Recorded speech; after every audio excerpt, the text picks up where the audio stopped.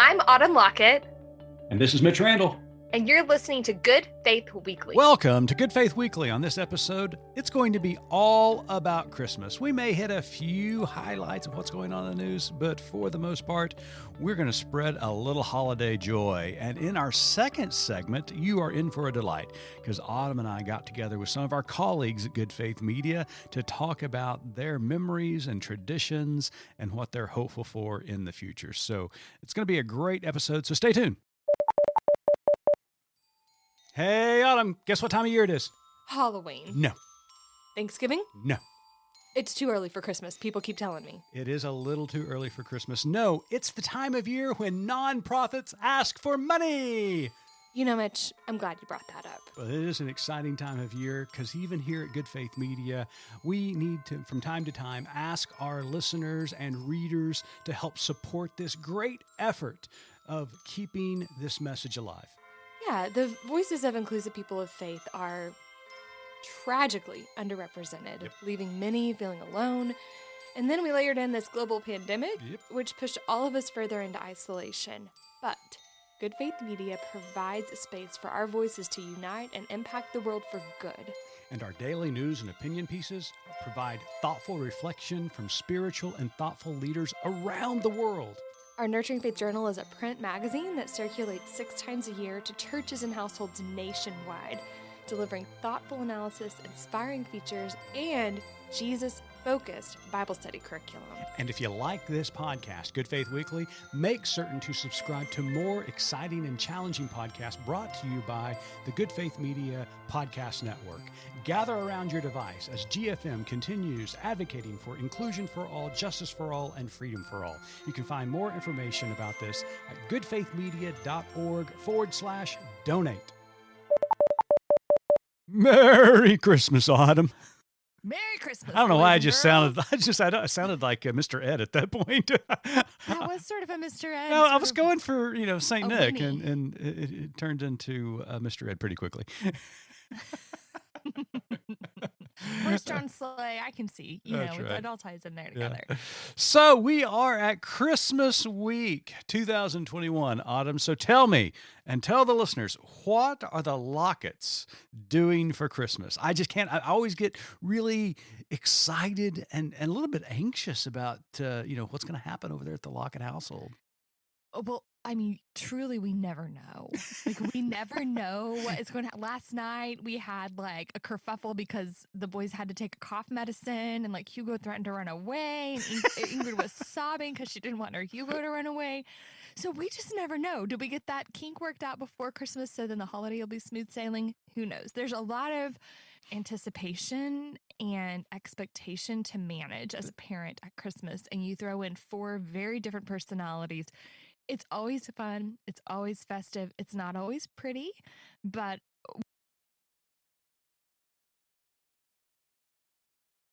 I remember the fits and the crying and the tears or how the kids acted.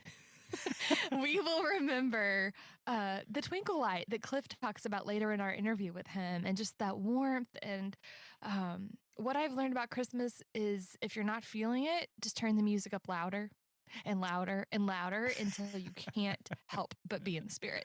Well, it truly does not feel like Christmas until somebody has had a meltdown, whether that's, a child or an adult. I mean, that's what it's all about. I mean, if we were to really be honest about the Christmas story, I'm guessing Mary and Joseph on that journey to Bethlehem, may have gotten a little irritated along the way, if you can imagine. Would you think? Absolutely. Not a Bucky's in sight. And she's pregnant, riding on a donkey. Yeah, there were some harsh words. I guarantee you. Carrying the Christ or not, pregnancy is pregnancy. That's right. That's absolutely right. Well, Autumn, it's been a tough couple of years. Even a tough year this last year. We did feel like we were turning a corner in the pandemic, and then all of a sudden, Omicron rushes in and runs everything, or trying to run everything, with Broadway, shows shutting down in New York, cases on the rise, borders in Europe are starting to close again. Now, the good news is if you are vaccinated and boosted, that Omicron is just pretty much less than the flu if you contract it. Of course, if you're not, then you're rolling the dice. And Yeah, the White House came out pretty strongly with a really strongly worded message about folks who aren't vaccinated. Like, I mean, it was dire. In fact, I had to like double check sources because I thought surely that didn't come from the White House. That's like farce or something, but it wasn't. yeah. I mean, and I'm not going to mix words or mix messages here. The reality is, if your workplace shuts down, if your school, hopefully schools are not going to shut down, but we are getting word that some are transitioning to virtual for a couple of weeks. If your 401k goes down, if your holiday plans get scrapped, the group of people that you can blame this on are the unvaccinated. Those who know better, who have the ability to get vaccinated and are choosing not to get vaccinated. Yes, I saw a meme on Facebook, which is, I mean, really, you could just always take that to the bank, right? Yeah. That said, the unvaccinated can spread COVID just like the vaccinated. I can play basketball just like Steph Curry can play basketball. They're not the same, right? They're not the spread is same. not the same. The It is not the severity is same. not the same. So we can just do our part. I mean, for folks who are waiting because they wanted to see how this thing played out, it's been a year since the first people were vaccinated. You know, the very first people on the front lines are vaccinated. Yep. And there haven't been adverse health reactions to it. There just haven't. No, So if there you're hasn't. in the wait and see crowd, you've waited and you saw. Mm-hmm. Absolutely. So, hopefully this scares enough people that they're going to roll up their sleeves and get the vaccination. But, again, going back to my original point, it's been a tough year. It's a tough time right now. And if there's anything that we need more than anything right now, it's Christmas. And it's a season of light. It's a season of hope and joy.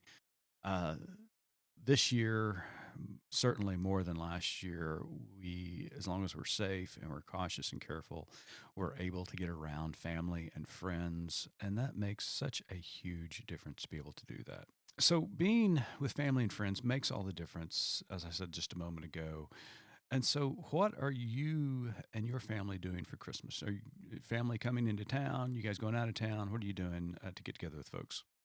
So we have some family here right now. We did sort of an early Christmas celebration with them.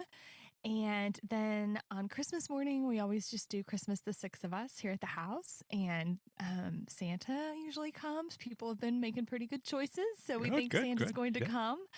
And we'll do gifts here and we kind of snack. And then Christmas night, we always have it was pretty small last year, but because of COVID, but we invite really anyone who we know to come over and we order Chinese food and play games and just sort of detox from family time. And it's something that we really look forward to. And then we'll be going down to Texas to see our other side of the family over New Year's weekend.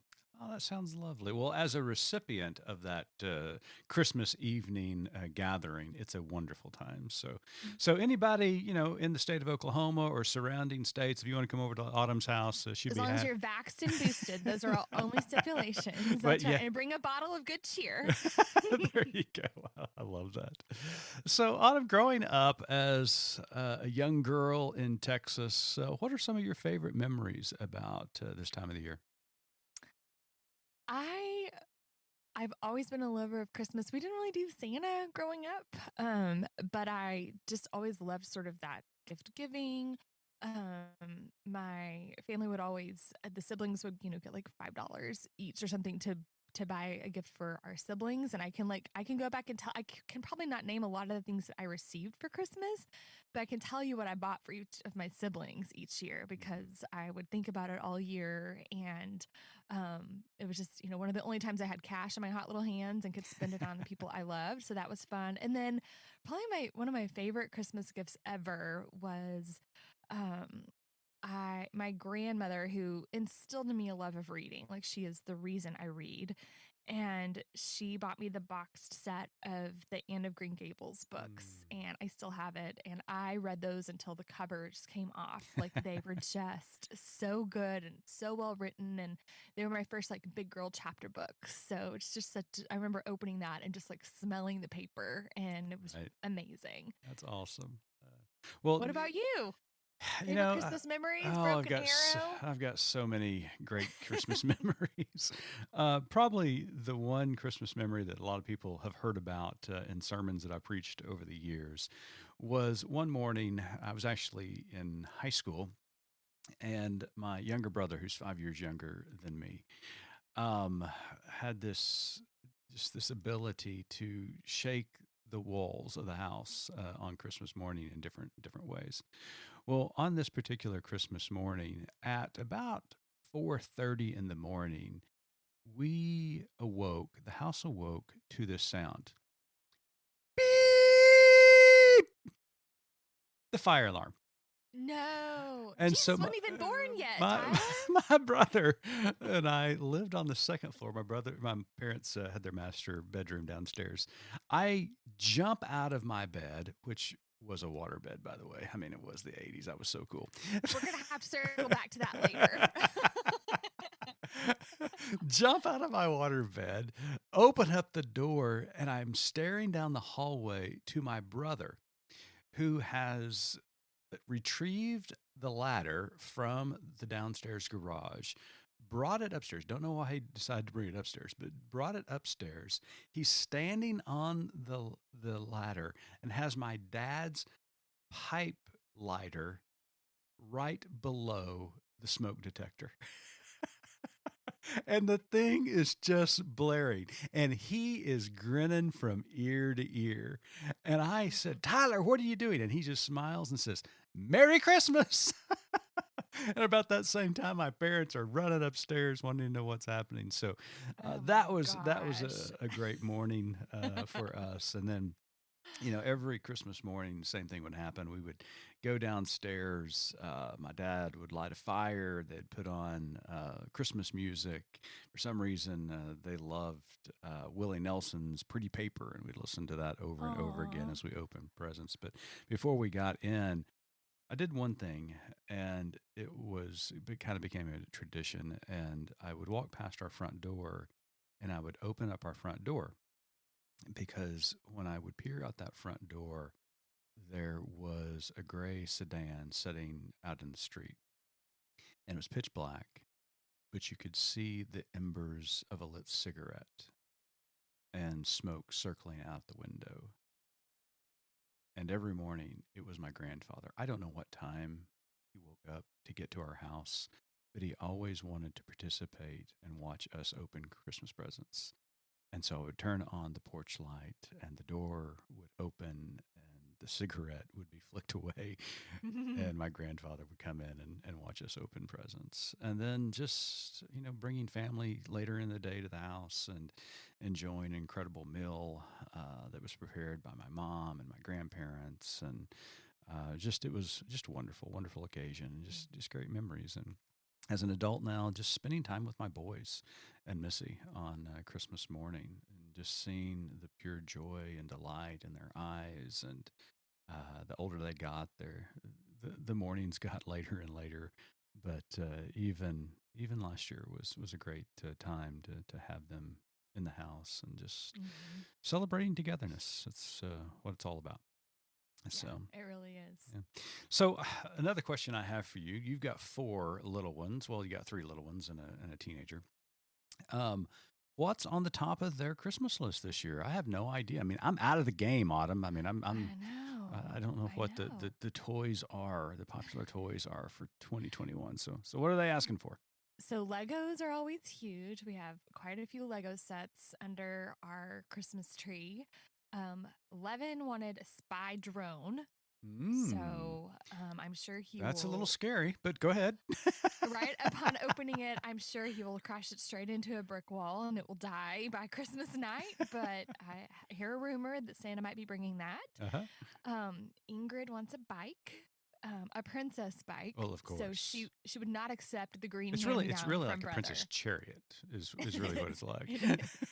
It is. Yeah. She's just sort of a little bitty for her. And so the bike that the boys used at her age to learn to ride is just, it weighs twice as much as she does. So we found her a very light princess bike. So that is coming. And we've actually we're Ava doesn't know, but we're got her tickets to go see a Broadway show coming through Oklahoma City on the 2nd of January. So she'll be that's kind of her big gift. She'll be that'd excited. be great. Oh, fun. Yeah. Well, Autumn, I wish you and Josh and the whole gang over there at the Lockett household the very merriest of Christmas. I'm sure that we will get together before then. Come eat Chinese food. I know, absolutely. But I do think we're probably going to be heading over to Tulsa on Christmas Day because my family received one of the greatest Christmas gifts that we've ever received last week. My brother and the same one who was on a ladder who woke me up at 4:30 in the morning long ago. This gives me hope for my second born. That's right. He and his wife adopted a little boy. He's been in foster care for 2 years. They've had him since he was 5 days old. It's been a process for over 2 years, and there were times where they weren't certain they were going to get to keep him. He is an adorable little guy, and we just love him to death. And so we traveled over to Tulsa last week for the adoption ceremony. The judge issued the decree, and it's official. And it was just a great, beautiful moment. And anytime you add to your family like that, you begin to realize, family was a little bit incomplete, but now it feels a little bit more complete now with this addition to it. So we're going to go over there. My brother's actually hosting Christmas, and so we thought that we need to go over there and spend time with him and his family, and so we're excited to do so. But we wish you the very merriest of Christmas. And we're excited about this next segment because Autumn and I got to sit down with our colleagues and talk about what their favorite Christmas memories are and what they're going to be doing this year for Christmas. And they have some wisdom to impart upon us as well. So it's a great interview. Yeah. It's like we invited our listeners to the Good Faith Media staff holiday party. That's exactly right. Exactly right. Yeah. So it's Get a good your time. eggnog ready. That's right. Get your eggnog ready. And it was a good time. So stay tuned because I think you're really going to enjoy it.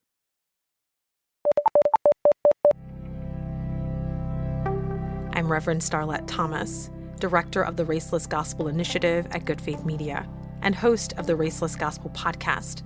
The Advent season is coming, and we're delivering a podcast. Jesus is Coming. It's an Advent podcast series from us at Good Faith Media. We'll drop 4 episodes, one for each Sunday of Advent. A season of preparation for a kingdom that is coming. Back up! Give everyone some space. There is plenty good room. Come one, come all, to Jesus. Jesus is Coming. An Advent podcast series by me, Reverend Starlette Thomas. Subscribe wherever you get your podcasts. Learn more at goodfaithmedia.org. Welcome back to Good Faith Weekly. And on this episode, we've got a extremely special episode because we star-studded. I like that. A star-studded segment with the staff, well, some of the staff at Good Faith Media. We wanted to bring some of our colleagues into the interview today to just talk about Christmas. I mean, Christmas is about family, colleagues, friends, and we just thought it would be nice to kind of sit around the old Christmas tree, Autumn, and gather around to hear Christmas stories. So we're excited that Bruce Gorley's with us all the way from Montana, Callie Chisholm from Tennessee, Zach Dawes from Austin, Texas, and Cliff Vaughn from Nashville, Tennessee are joining Autumn and I in the studio, or not in the studio, but on Zoom. The virtual studio. The virtual studio. Yeah, there you go. So welcome, guys, to Good Faith Weekly. Thanks. Glad to be here. Oh, well, it's great to see you. So, Bruce, let's just start with you. You're all the way up in Montana. Please tell me, and all of us who live in the southern part of the country, that you got snow on the ground. We do have snow on the ground. Absolutely. Would you like some? Yeah, I'll take some for a couple of days, and then you can have it right back. Is there going to be ice included? Because we don't know how to drive in that. We'll leave the ice up here. Okay. That's great. So, Bruce, what do you do in Montana? What are some of your traditions to celebrate Christmas? Well, Christmas snowmen are nice. Nice. And maybe a snowball fight now and then, especially when our daughter was younger. Mhm. We don't do that as much anymore. Maybe we should. Um, if we have enough snow this Christmas, perhaps we It could be will. sort of cathartic to throw a snowball at a teenager. I don't know. I mean, Or maybe I'm vice speaking for myself. or vice versa, perhaps even. Yes. Right, right. Well, that's exciting. You gonna have a big meal there at the house, or do you guys travel at all? We will not be traveling on Christmas Day. We will have a big meal. There's already food in the house that will be prepared ahead of time. Perhaps that's true in some of your homes as well. Okay, so I for won't some be. reason, I'm thinking Montana Christmas. I'm thinking like elk, Did you? buffalo. He You know, fell a moose or something to make this happen. Well, last fall we did hear an elk bugling somewhere in the area of our house before Christmas. They don't Wow. bugle this time of year, but it is quite the sound to hear. We do have a herd of deer, and if we're fortunate, they will come through our yard on Christmas Day. We'll pretend they are reindeer. I love that that. is awesome. And so, Callie, I've heard a song about meeting a man in Tennessee, but I want to talk a little bit about uh, you living in Tennessee. What do you and your family do to celebrate Christmas? Well, this year is going to be a much better Tennessee Christmas. Last year, it was a COVID Christmas in our house. I had COVID last year. Actually, on this day last year, I found out I had COVID. Oh, So last year, it was pretty rough. My Christmas was limited to the four walls of my bedroom.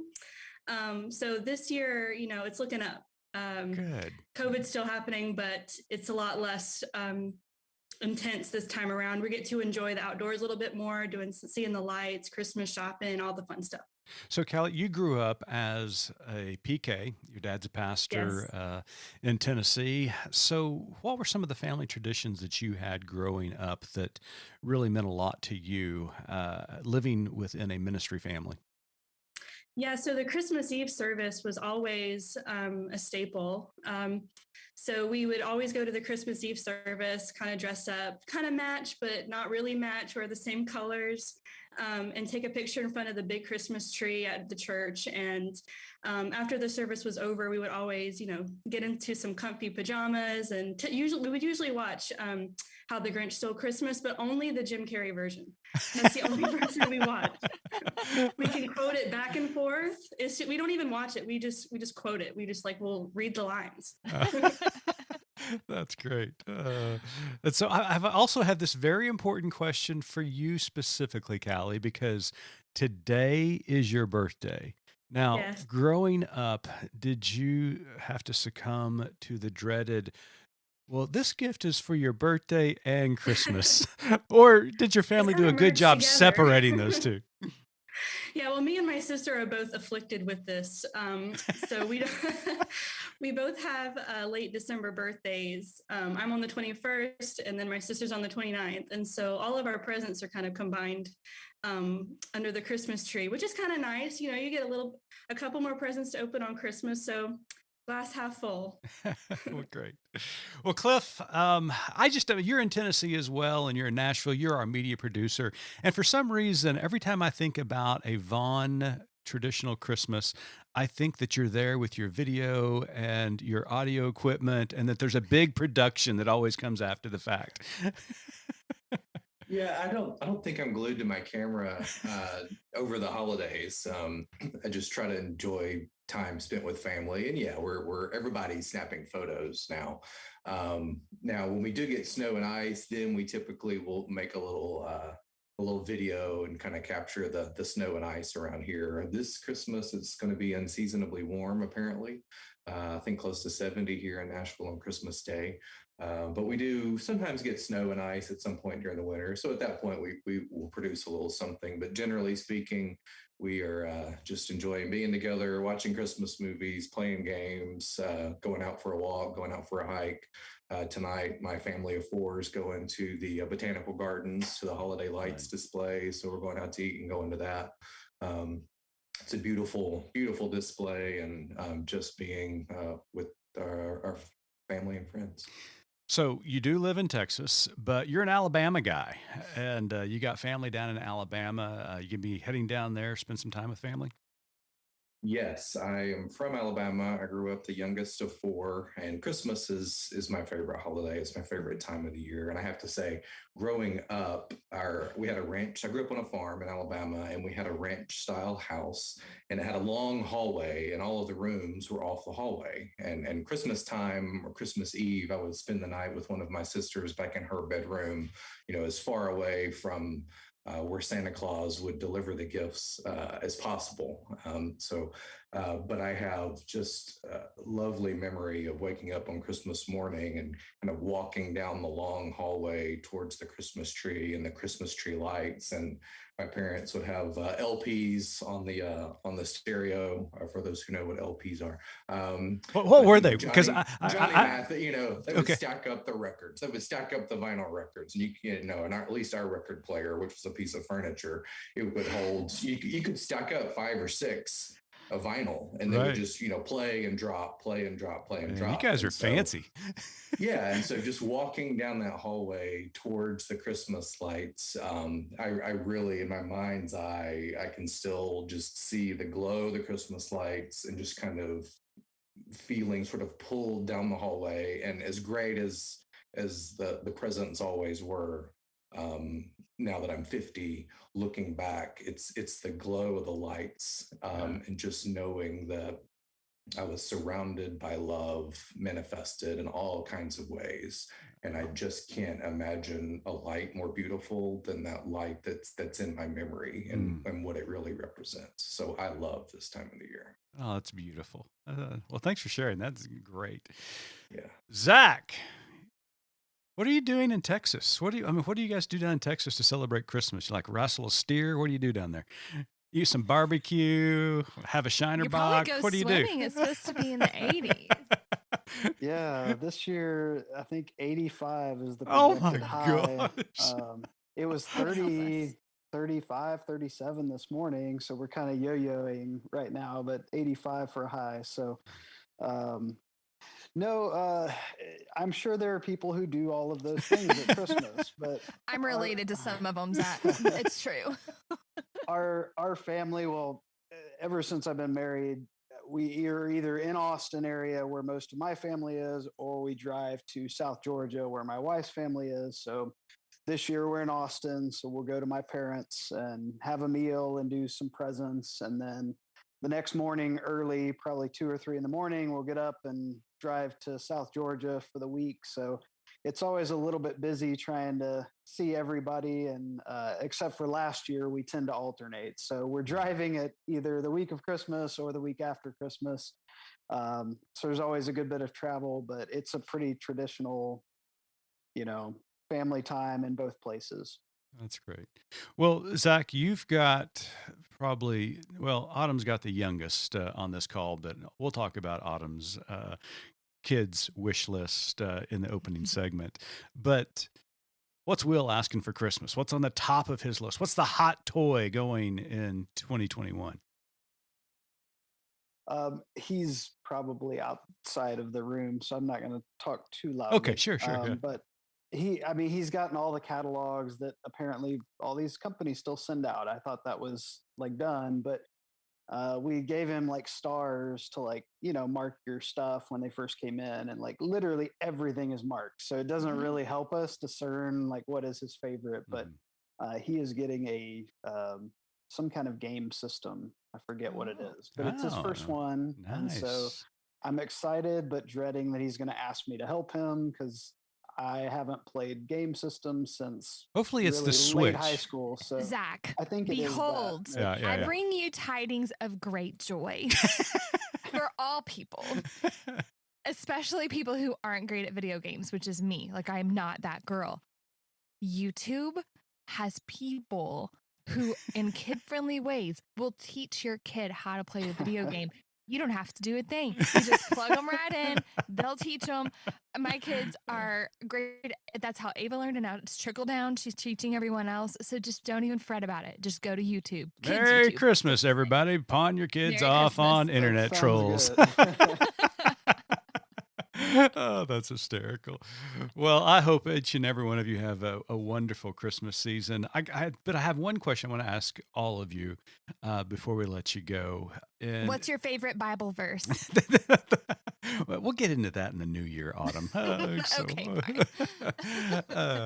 But as a child, as an adult, and this question comes from my dad asking my great grandfather one time, um, what his favorite moment growing up in like the 90 Christmases that he experienced, what his favorite Christmas morning memory was.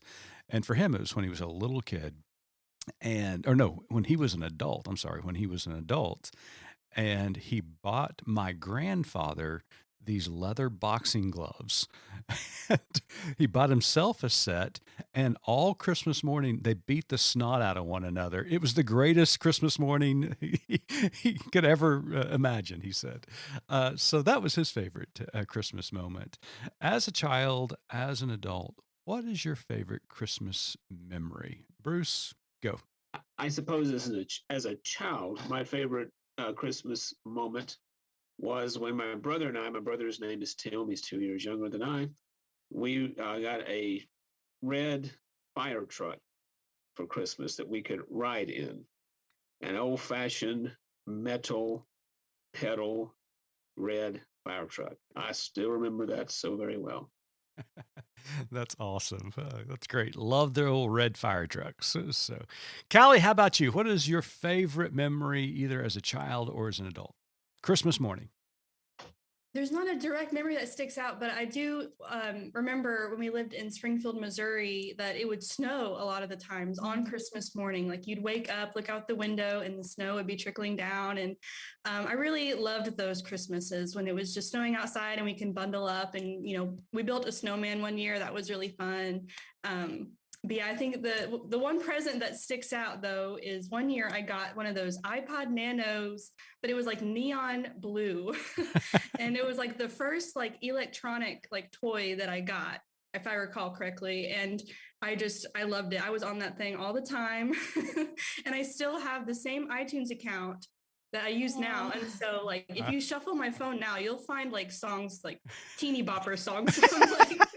So you can't shuffle my iPod because of that. But I just remember getting that. That was my favorite gift I can so imagine little Callie on Christmas morning downloading those songs, had the white buds, you know. Some Jonas Brothers. Oh, for sure. Jonas, yeah. Absolutely. Miley Cyrus, all of that. And people don't understand now, like how much of a big deal it was to get an iTunes gift card for Christmas. Right. Like you can't just, download a song willy-nilly. You had to pay for every song you had.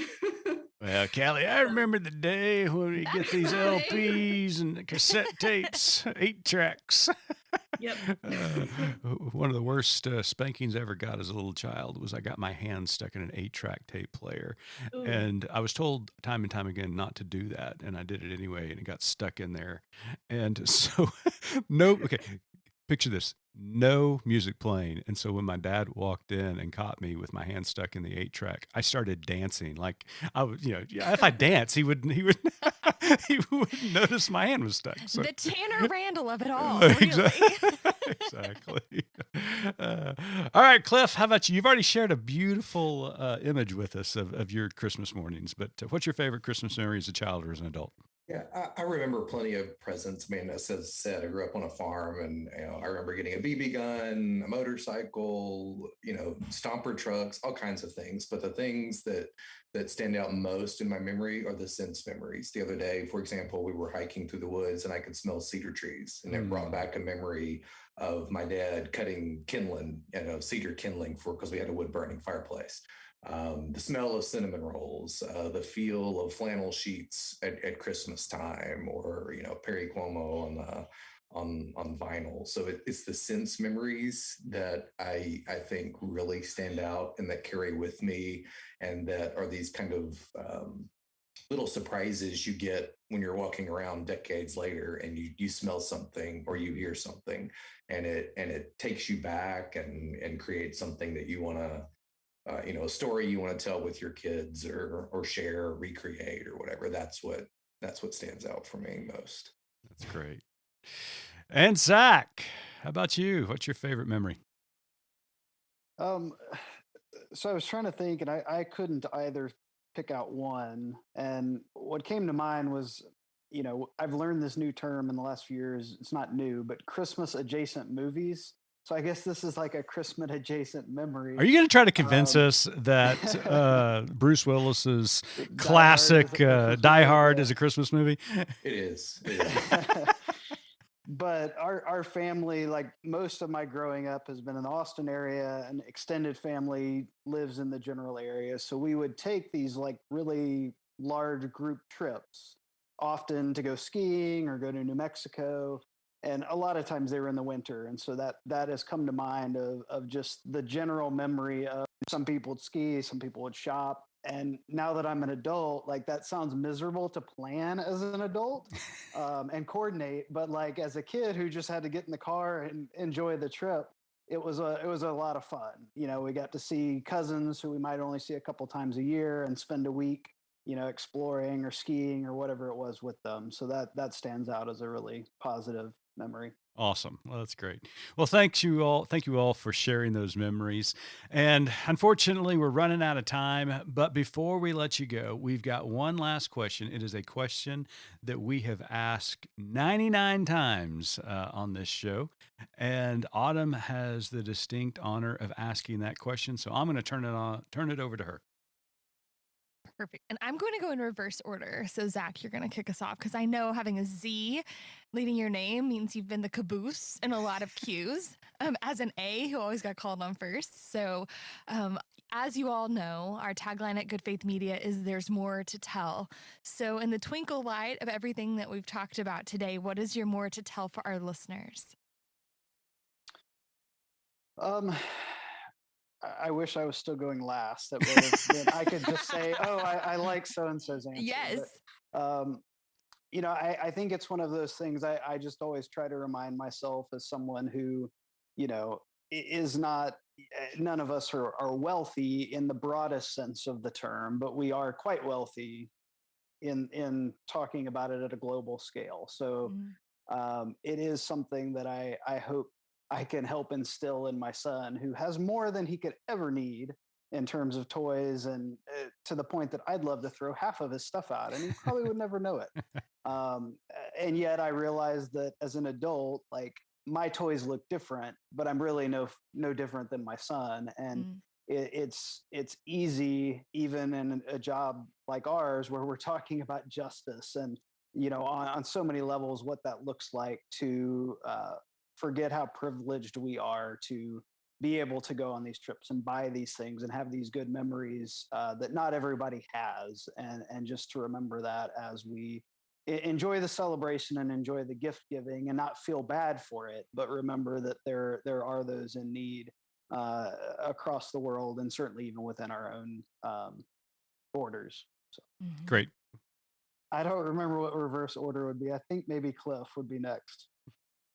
My more to tell is love. I think love always has been the answer. It always will be the answer. And I'm trying not to, the older I get, I'm trying not to complicate the simple. And I know sometimes loving, particularly those people that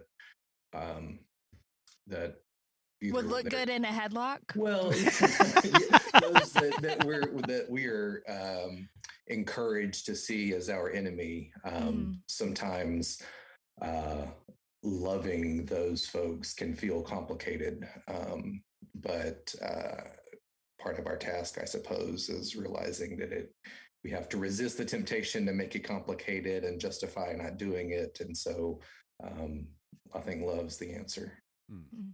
Good. I love that. My more to tell, I guess, would be that I just want to continue uplifting the voices of the marginalized, of the oppressed. I have a sticker on my computer just as a reminder that just says liberty and justice for all races, all religions, all countries of origin, all sexual orientations, all genders, all ethnicities, and all abilities. Just as a constant reminder of, what's important to me, and promoting justice and equality and diversity will always be something I'm passionate about and want to continue telling those stories. Love that. Thanks, Callie. That's great. And Bruce. My more to tell, I guess, would have to do with the experience of Christmas. We have all talked in many ways about experiencing Christmas and what that means to us, not just in the moment, but down the road as well. And so my more to tell is Christmas experiences as we live through the Christmas season this year. And also that Good Faith Media has experiences in 2022 here in the West. Yeah. And I hope that you will encourage friends, perhaps family even as well, to come out west, to the Northwest Coast, or perhaps to Hawaii in 2022 and experience good faith with good friends in great places. I love that. Yeah, so if you're looking for a last-minute Christmas gift for that special someone, a trip to Hawaii is always nice. It's always nice. Easy to wrap, too. Easy to wrap. Absolutely, yes. That's great. Well, Bruce, Callie, Cliff, Zach, thank you so much for joining us this week on Good Faith Weekly. And, I just want to say not only to the four of you and Autumn, also want to say it to the rest of our colleagues. It's been an honor working alongside you the last couple of years. It's been a tough go of it. We launched this thing during the pandemic. Nobody foresaw that whatsoever.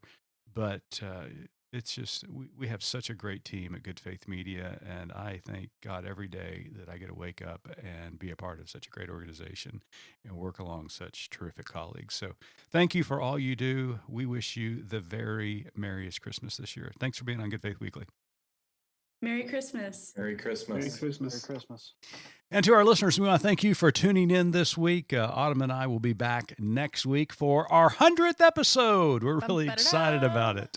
And until next week, we do want to wish you and your family the very merriest of Christmas. We know it's been a tough year. We hope that you get an opportunity to spend some time with family and friends the next couple of days, because it's been tough over this last year. But there is hope on the horizon, and as Cliff reminded us a moment ago, it's all about love. God so loved the world, he sent his only begotten, and it is the gift that has brought light and joy and hope into the world. And let's never forget that. So Merry Christmas, everybody.